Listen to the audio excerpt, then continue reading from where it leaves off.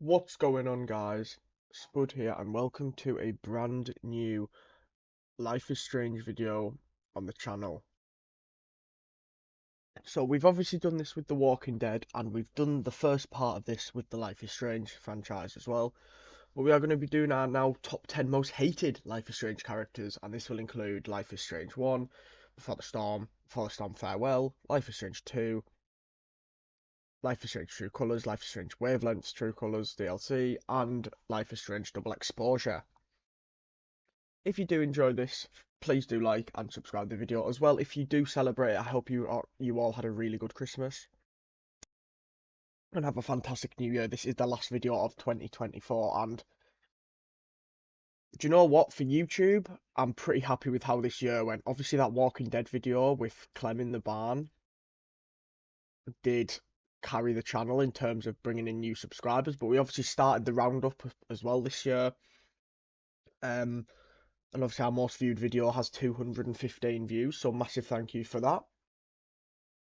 We are looking at maybe making the top 10 a regular thing on the channel, but with different things. I have thought about maybe like TV characters or my top 10 games of all time, stuff like that. If anyone has any suggestions for top 10s, do let me know. And also let me know if you agree with my choices here. I will say this now as a spoiler alert, of course, as I'm going to be mentioning stuff that happens in the game. And as well as a spoiler, there is going to be a lot of characters from Life is Strange too. So, and as well, you can probably see there is now different stuff around me. I've got some new stuff for Christmas, like this Jinx poster, metal poster from Display, for example.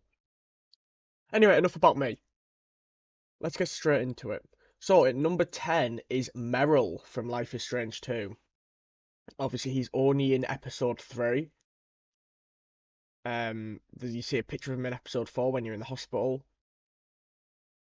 He is obviously running an illegal cannabis farm in the middle of nowhere, and um, you go to the job, you do your job, stuff like that, and then it came to payday, and they weren't going to get paid, and then obviously that annoyed Finn and Daniel, and regardless if then Finn says he's going to go and try and break into Meryl's safe using Daniel, you can either agree to help them or say he's not doing it. Regardless, Daniel does it, and then you have to go and stop him. It's too late, and he breaks the safe. And then Meryl comes out with a shotgun, and then Finn either dies or doesn't die, but Daniel will use his power, and then everyone goes flying around in the house. It's mental. But I think Meryl does deserve a spot on this list, just because I get that he's a drug lord ultimately, and he's looking out for his family, but I just think that he is the main antagonist of this episode. And overall, he's just not a very good guy. And we obviously didn't pay didn't pay Sean and the rest of them for their work. So yeah, Meryl number 10. I will say Big Joe, who was obviously like Meryl's number 2. He is a honourable mention. There's only 2 honourable mentions that I can think of. Coming in at number 9. Now this character was only in episode 1, and he was in it for less time than Meryl. But I'm going for Hank Stamper, who owns the petrol station or gas station, as it's obviously called, in Life is Strange 2 episode 1. And the reason I've put Hank at number 9 in front of Meryl is because Hank was extremely racist to Sean. He accused him of stuff that he didn't do and was very racist um, to him as well. Locked him up. Um, Even if Daniel uses his power and Hank's on the floor, he's still name calling. Obviously, then you can either steal the camp gear from him or run off, and then you run into the wet woods and you find Brody. But I think Hank was just a nasty character, and just he was kind of portrayed as a Donald Trump fan, let's say, because this game was obviously created around when Trump was in presidency, and they were talking about building the wall to stop Mexicans getting in. Obviously, Sean's lived in America for his entire life, but I think that doesn't mean anything for these people that were like this. So yeah, I've put Hank at number 9. Coming in at number 8 is Diane from Life is Strange True Colours. And I've put Diane at number 8 because it's not even like she's a really evil character, but she knows that Typhon didn't listen to Gabe's call, and they did the demolition regardless. And obviously, Gabe died because of the rock blast. And they just try to cover it up. When Alex comes into the Black Lantern after being shot in the arm by Jed, who was the reason that Alex's father died in the first place, because he was the one that caused the massive incident at Typhon years ago. She's basically trying to tell people that it's BS, and Alex tries to get evidence on her by stealing her hard drive and tries to tell Officer Pike this, and Officer Pike says they can't do anything about it, and yeah, Typhon's just dodging. Obviously, Diane's kind of in that bubble. Now, Jed is not on the list. Now, this might be a really controversial one, but even though Jed has done some horrific things, I I I think he just avoided being on this list. I just think these other characters are worse than he was. I hated them more than I hated Jed. Even though, because apart from, Jed was a good character in the game, and apart from the ending of episode 4, where it was a shock, and if Ryan chooses not to believe his dad, he comes across really bitchy, but in the end, Jed realizes what he's done is wrong, and he confesses everything and stuff like that, and he's clearly upset about it. Whereas I think these other characters on the list aren't sorry at all for what they've done. There's maybe one character that's coming up. That's it. The rest of them have no remorse, so that's why Jed doesn't go on the list. But he was close. But Diane is on the list for Life is Strange True Colours. Coming in at number 7 is James Amber from Life is Strange Before the Storm. Rachel Amber's dad does make the list, and I think one of the main reasons that I've put him at number 7 is because it's not like he's actually doing anything, like he's not actually doing it, but he's paying bad people to kill Rachel Amber, his daughter's biological mother. And obviously he's the district attorney of Arcadia Bay at the time. He's very dodgy. And yeah, I think that's why he goes on the list, just for that thing that you try to get Sarah killed. I think that's the only reason he makes the list. Because I don't even think he was that bad for like a lot of the things he did wasn't too bad. Like, he kind of gave Chloe some respect when she entered the Amber household, even in episode 3. But I think he deserves to be on the list for trying to get his former partner and Rachel's biological mother killed. Coming in at number 6 is Nicholas from Life is Strange 2. Now, if you can't remember who Nicholas is, he is Elizabeth's like bodyguard, and he's at the church Haven Point. It's obviously a cult, and he's a violent thug who almost beats Sean to death, and then Elizabeth tells him to shoot Sean, but then he starts having doubts, and that the starting to have doubts is why he's only number 6 on the list, because the reason that he had doubts indicates that he's not a cold-hearted killer that we were made out to believe he is. But you obviously hide from him, hopefully, if you try and snoop around Elizabeth's house in Haven Point with Jacob, who was part of the team in episode 3, because Jacob's sister is at that camp, and she's ill. But yeah, Nicholas is not a good character. Like, in terms of, like, he's a good character because, you see that, like, two sides of him almost. Not really, but, you know, I think he was well written, just, I hate him. So yeah, 6 on the list. To be fair, originally, I actually had Nicholas at number 9 and Hank at number 6, but I changed it, and I'm glad I changed it. So yeah. So that is our 10th to 6th. Now we have our top 5, and at number 5 is Chad Michaels from Life is Strange 2. Now this guy's only in the game for about 5 minutes, but he is a racist, an awful person, and he tries to humiliate Sean by singing in Spanish because he slept in the car that he had on their land. His Chad's friend, who I can't remember the name of, Michael maybe, was trying to stop Chad, but Chad would not stop until he was satisfied, and it was such an awful thing for Sean.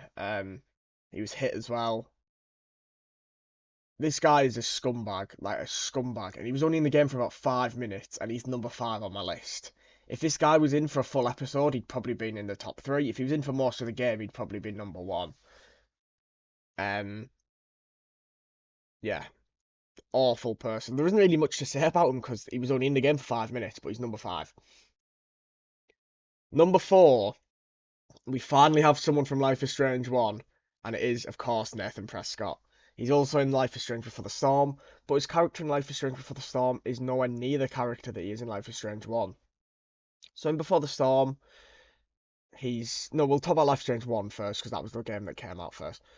So he shoots Chloe first in the girls' bathroom after about 10 minutes of gameplay. He then tries to threaten Max, and then he beats up Warren, kicks the car door when Max reunites with Chloe after 8 years.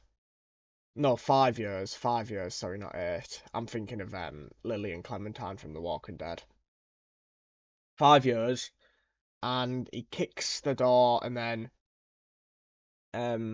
pulls a gun on you in the men's dorms. He's the reason that Rachel Amber's dead. He drugged Kate Marsh as well. Probably drugged loads of other girls from Arcadia Bay. Scumbag. And his family own Arcadia Bay pretty much. Absolute scumbag. And yeah, he probably should have been in the top 3, but he isn't. Like I said, no one else does show remorse except Nathan does a bit, because obviously if you remember after in the time when Max is obviously rewound time a lot and David has stopped Jefferson, she gets in the truck and drives off to the Two Whales Diner in the storm, and there was a voicemail from Nathan which says, "I'm sorry, I've hurt everyone, everybody used me and stuff like this," and he was in tears saying, "Max, he's coming for you next." Obviously he died, but Mr. Jefferson did kill him. So if you did the Sacrifice Arcadia Bay ending, Nathan Prescott is dead. And if you do the Sacrifice Chloe ending, obviously he kills Chloe. He's going to get locked in prison for the rest of his life. But in Before the Storm, he was a bit quieter. You could see that his dad was probably abusing him, but not like a verbally abusing him, let's say, and psychologically, not like actually hitting him. But you could see that he was quite troubled, and I wonder if that did have an impact on him when he developed into this monster in Life is Strange 1. That obviously did Mark Jefferson cause that potentially? He did say that he kind of became a father figure for Nathan. So we have our top 3 now, and they are all from 3 different games. So we're going to start with number 3, which is Lisbeth from Life is Strange 2, the cult leader, which we talked about before when we talked about Nicholas. But Lisbeth is obviously the leader. She sees Daniel, she takes Daniel in, says it's a miracle, abuses his powers, brainwashes him into thinking that Sean deserted him when he didn't. She wants Daniel's power all for herself and to convince people to keep joining Haven Point. You find out quite a bit about Lisbeth in the episode that she's in, such as she was basically dismissed from her other church, and then she obviously founded her own. That she was hiding letters from people that were worried, hiding medical reports about people that were sick at Haven Point, like Jacob's sister. A really bad person. Then got Nicholas to try and beat and kill Sean as well. And then eventually, Daniel can either kill Lisbeth and also the church is on fire at this point. She blocks the door. You can either, I think, shoot her, throw her out the way, or Daniel can kill her. And to be honest with you, I've played this game 6 times, I think, Life is Strange 2. I'm actually on another playthrough at the moment. I actually don't know what my preferred choice is. I don't think it's to kill her. It is probably just to throw her out of the way and open the doors and watch Haven Point burn with her and Nicholas outside. Awful character, but a good antagonist. That's the thing with Life is Strange 2. There were so many different antagonists. Like episode 1, Hank, even though he wasn't in the game for very long. And the guy that was next door neighbor, I can't remember his name. Sean's next door neighbor. And the copper as well, obviously killed Sean's dad. Episode 2, there wasn't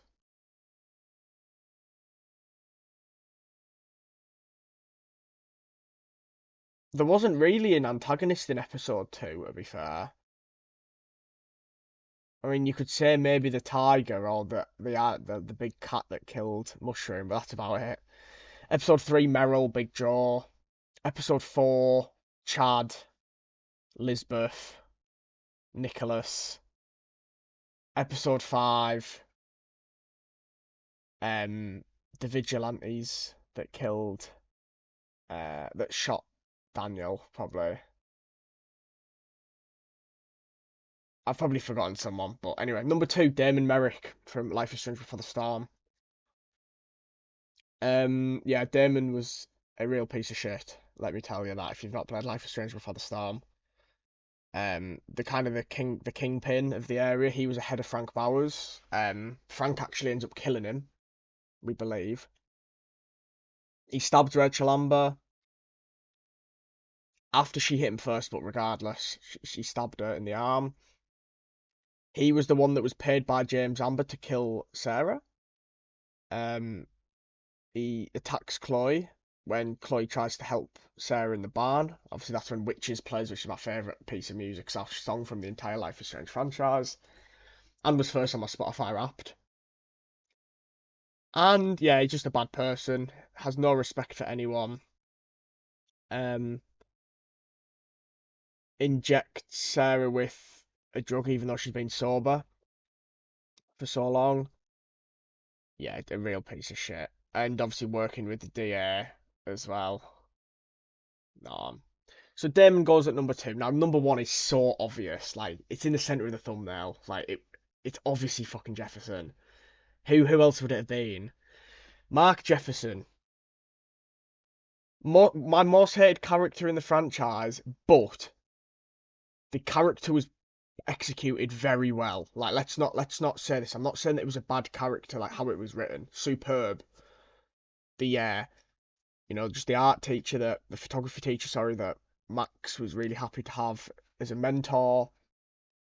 And then you obviously see him talking to Kate Marsh just before she tries to jump off the school roof. To not really like being involved much in episode 3. And then in episode 4 is when it all starts going crazy, obviously. You find Rachel Amber's body at the scrapyard, and then you go back at night because you've had a text from Nathan saying, like, threatening. And then it's Jefferson that injects a drug into Max's neck and shoots Chloe in the head. And Jefferson was the real antagonist all along. Obviously, Nathan was like a side one, but Jefferson was the main bad person, and he killed Nathan as well. He tied up Victoria, but Victoria doesn't die, regardless of which ending you choose, I believe, because she's in like the social media part of Life is Strange Double Exposure. So regardless of which ending, I believe. So yeah, Jefferson. I'm 100% sure on that, by the way. So yeah, Jefferson is number 1. The character is executed perfectly. The fight with David in the dark room is really good as well. All the rewind stuff with him, the nightmare sequences with Jefferson are really good as well. I will say this, Principal Wells was actually quite close to being in the top 10 though. He's obviously in Life is Strange 1 and Before the Storm, but he didn't make the list. But yeah, Mark Jefferson is number one, the most hated character in the franchise, but a brilliant character overall, let's be honest, but he is definitely my most hated character in the franchise. And that is going to be the end of this video. I hope you have enjoyed, and I am interested to know what your top 10 most hated characters are in Life is Strange. Is Mark Jefferson your most hated character? Because he is mine. Thanks very much for watching. Have a great new year, and I'll see you in 2025. Bye for now.